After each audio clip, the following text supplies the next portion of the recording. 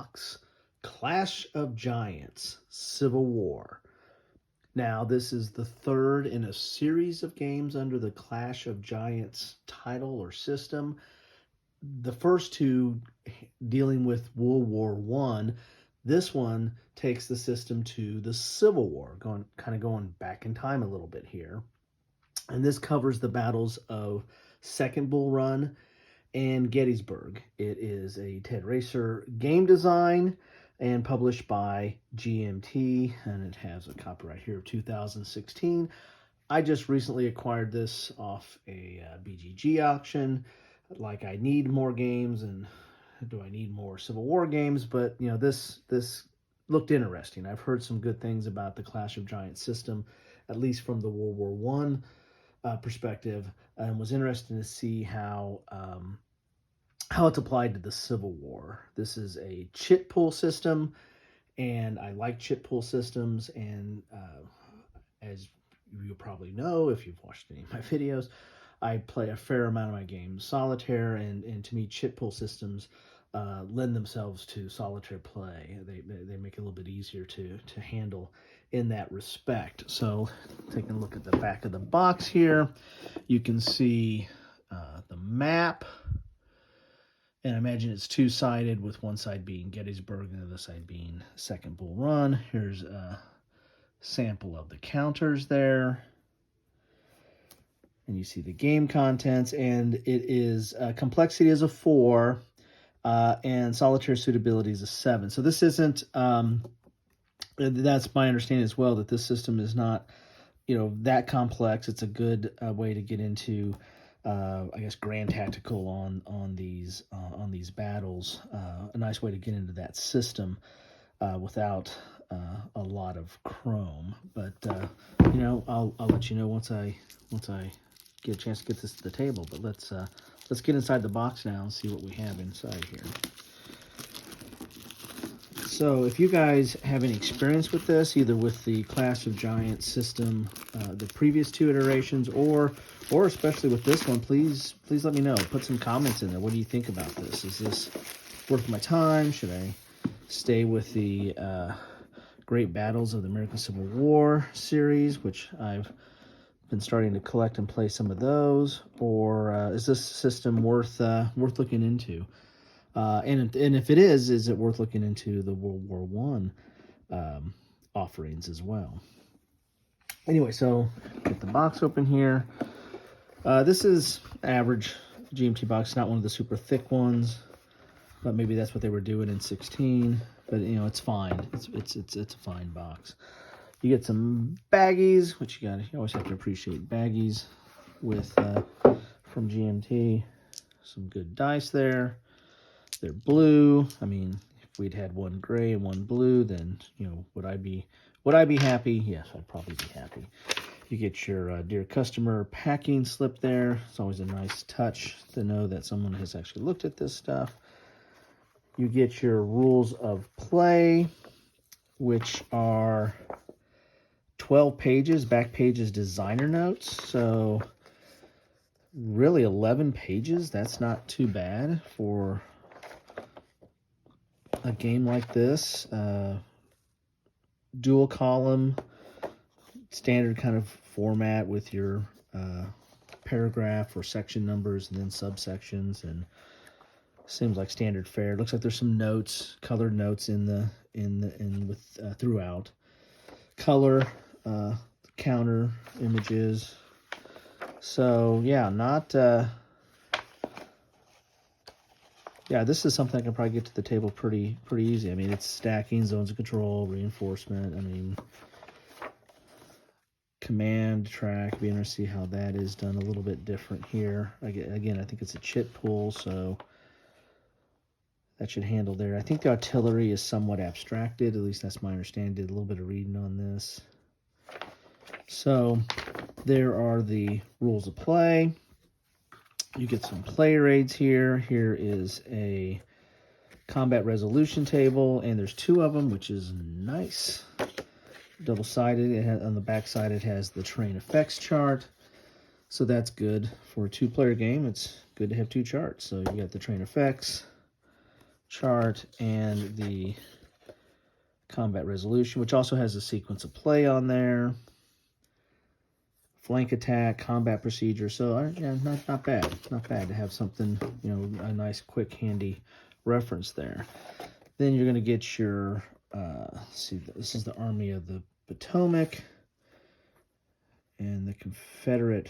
So this is for Union movement. This is for, I guess this is for both of them. Yeah. So this is for, this looks Gettysburg, but it also says battles of Second Bull Run in Gettysburg.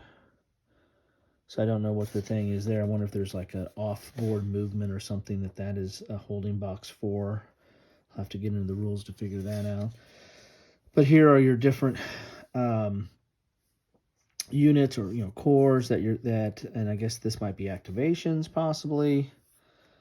Again, I thought this was more of a chit pool, but anyway, we'll see. We'll see what all that means. We'll see what this system means. I need to get into this. I think I watched some stuff on the World War I series, and I think I watched one thing on this a while back, but I do like to explore new systems. That's one reason why this was of interest to me. So anyway, have to pull that up. So you have your kind of your command boxes, I guess, or charts that you're going to use in the game.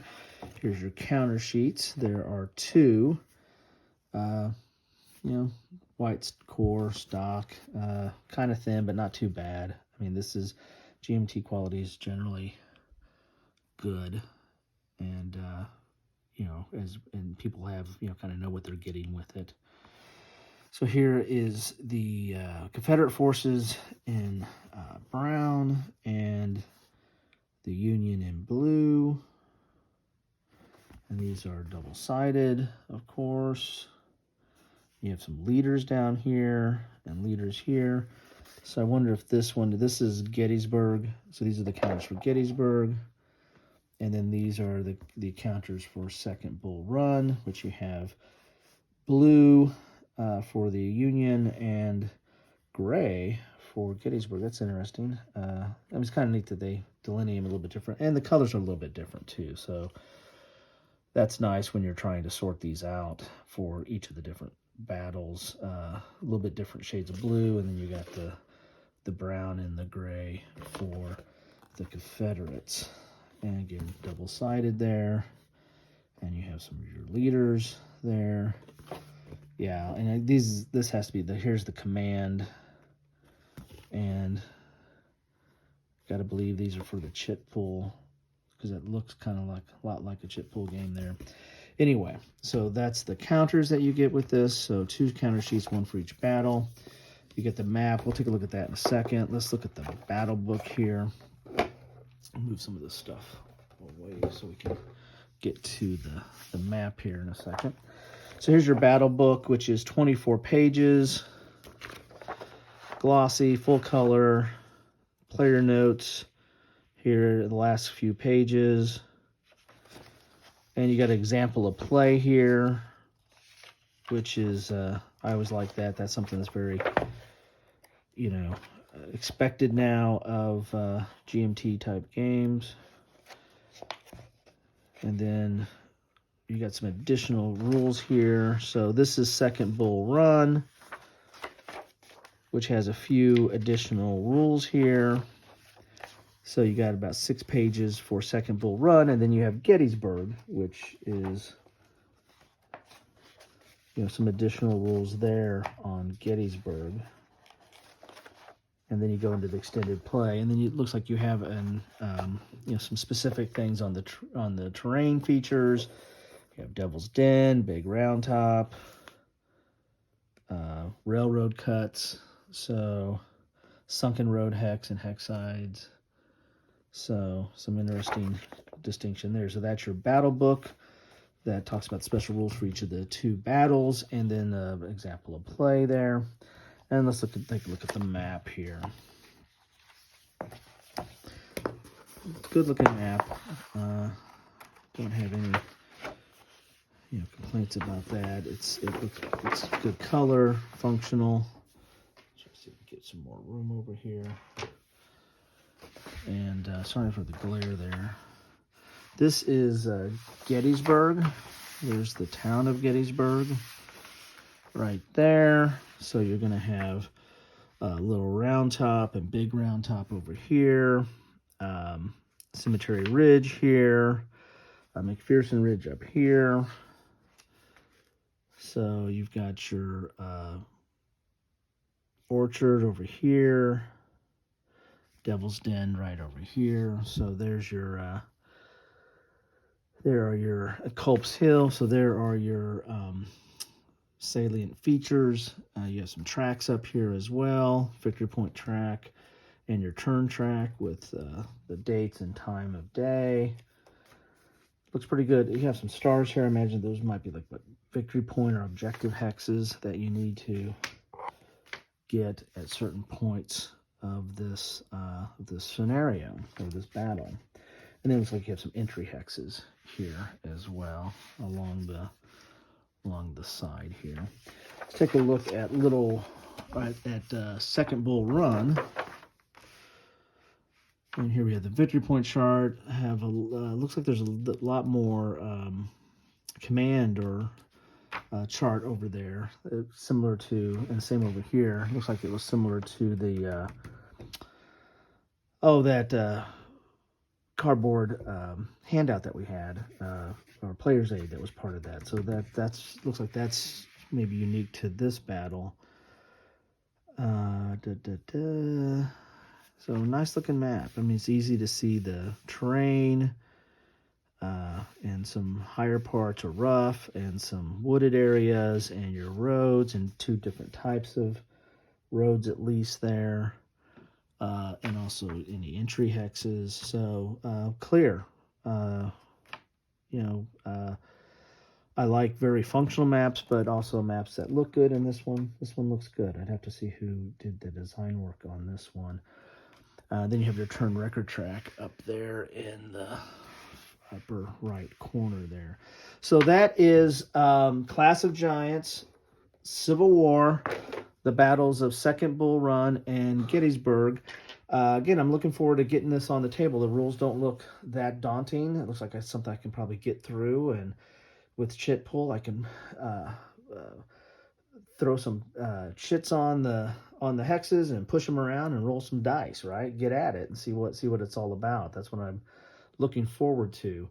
If you guys have any experience with this series or with this game in particular, let me know. Put them in the comments. Like to hear them. Like to hear what's going on there and what you think and what I should be expecting or what others should be expecting in this game or in this series. So that's what I have for today. And as always, thanks for spending some time with me.